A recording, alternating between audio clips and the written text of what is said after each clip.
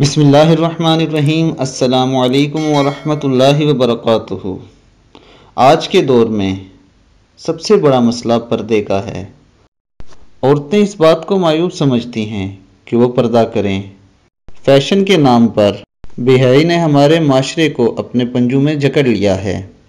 اسی سلسلے میں دوستو، آج ہم آپ کی خدمت میں سورہ احزاب کی آیت نمبر 59 لے کر آئے ہیں۔ اللہ تعالیٰ اس آیت میں فرماتے ہیں کہ اے نبی صلی اللہ علیہ وآلہ وسلم، اپنی بیویوں سے اور اپنی بیٹیوں سے اور مومن عورتوں سے کہہ دیں کہ اپنے اوپر سر سے پاؤں تک چادر ڈال لیا کریں۔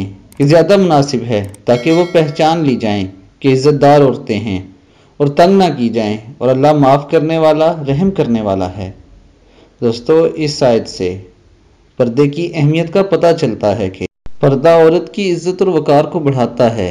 اس کے ساتھ ساتھ پردہ مومنوں اور کافروں میں فرق بھی کرتا ہے، کیونکہ جب کسی عورت نے شرعی طریقے کے مطابق پردہ کیا ہوتا ہے تو دور سے دیکھ کر ہی پتہ چل جاتا ہے کہ یہ کوئی مومنہ ہے، اور اس طرح لوگ اسے تنگ نہیں کرتے۔